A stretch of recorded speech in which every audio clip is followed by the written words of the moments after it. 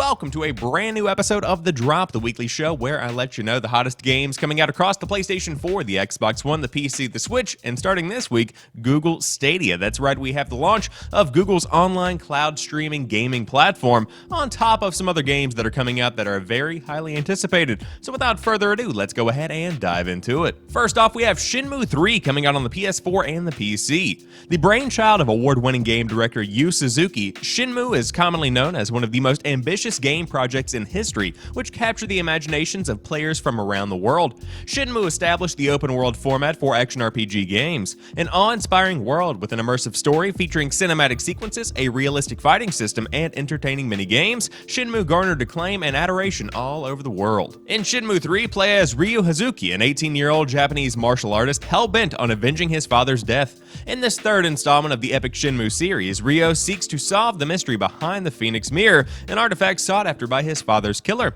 His journey takes him to an immersive representation of rural China, brimming with activity and surrounded by beautiful landscapes. Ryo's adventure leads him to towns and mountain villages where he can further his training, try his hand at gambling, play arcade games, and work part-time jobs while investigating those who know the truth behind the Phoenix Mirror. So for those that have never heard about Shenmue, essentially they are cult classics. 1 and 2 have a huge following online, not necessarily mainstream games, but certainly ones that people enjoy. And unfortunately, it seemed like Shenmue 3 simply wasn't in the cards. But 1 year at E3, Sony said, hey, this is your chance, and they allowed the developer to come onto the stage and say, we need your money. In fact, they announced a Kickstarter instead of the game itself, which actually turned out to be a really successful Kickstarter. In fact, after asking for $2 million to make the game a reality, 69,320 backers ended up raising a total of $6,333,295 to make Shenmue 3.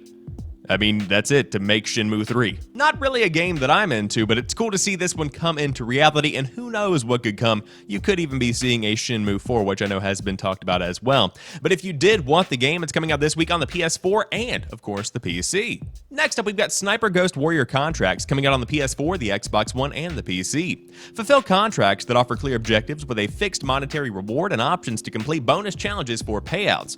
With hundreds of ways to take down a wide range of targets, contracts offer precise strategic sniping gameplay at its absolute best. And now some bullet points. Play as a paid assassin, a hitman for hire, and beware of rival snipers who won't hesitate to disrupt your best laid plans. Open-ended contracts, bounties, and challenges deliver strong replayability options to eliminate targets and collect cash to redeem for upgrades. An all-new dynamic reticle system offers the most realistic and intense sniping experience, and of course battle the brutal wilderness of Siberia and fight to survive the intensity of snow-covered mountains, lush forest, and secret bases hidden deep in the mountainside. Sniper Ghost Warrior Contracts looks really good. Of course, this is a middle-of-the-road release as far as price goes, sitting right around $30, which is not that bad considering what you get.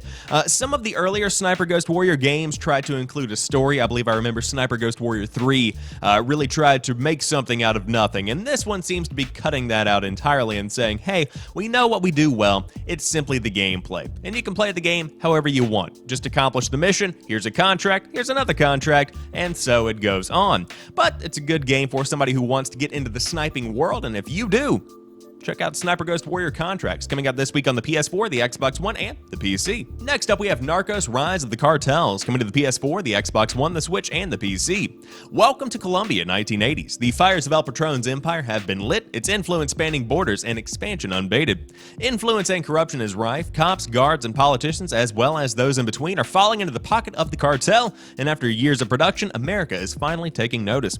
Narcos Rise of the Cartels is a brutal turn-based action strategy game based on the hit Netflix TV series. Explore the entire first season from two sides, each with their own unique story. Explore recognizable locations from the show and take a role in pivotal world-altering events and battles that will define and shift the war on drugs. Form your team from a variety of class-specific roles, join leading characters, upgrade your skills, and take part in brutal turn-based combat where your actions will have consequence. Palta o plomo.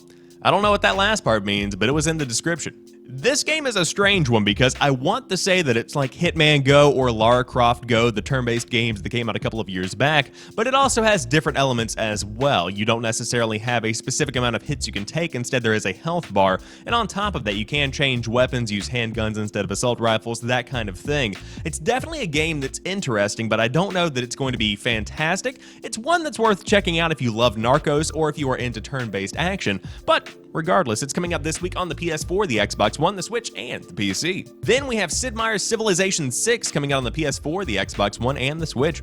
Originally created by legendary game designer Sid Meier, Civilization is a turn-based strategy game in which you attempt to build an empire to stand the test of time.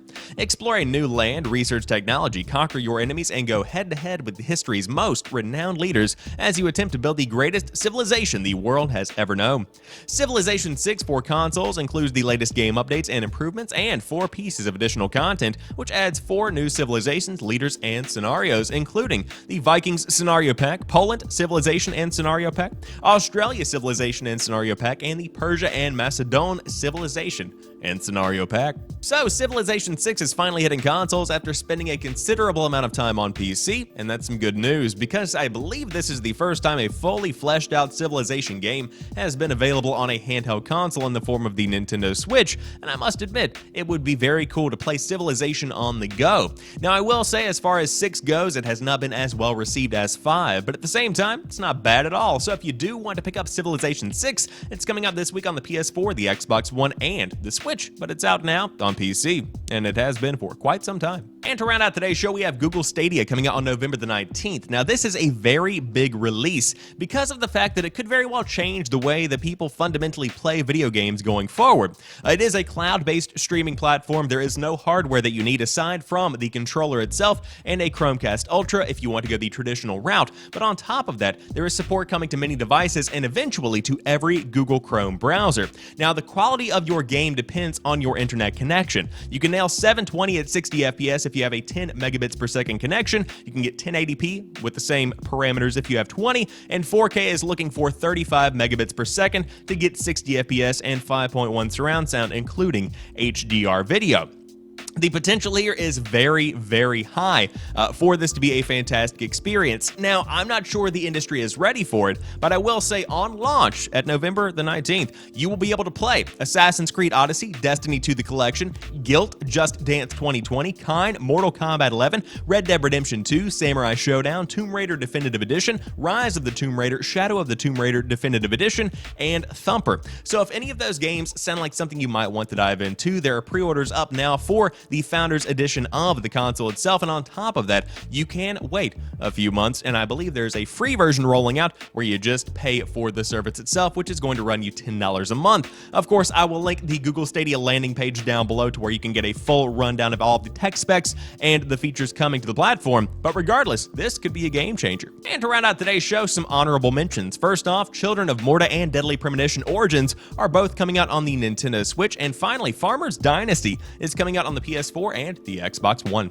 But that rounds out today's episode of The Drop. Of course, if you enjoyed this one, drop me a like down below, and in the comments section, let me know what games caught your eye, or if you are going to be picking up Google Stadia on day 1. But until next time, have a fantastic rest of your week. I'll talk to you soon, and peace.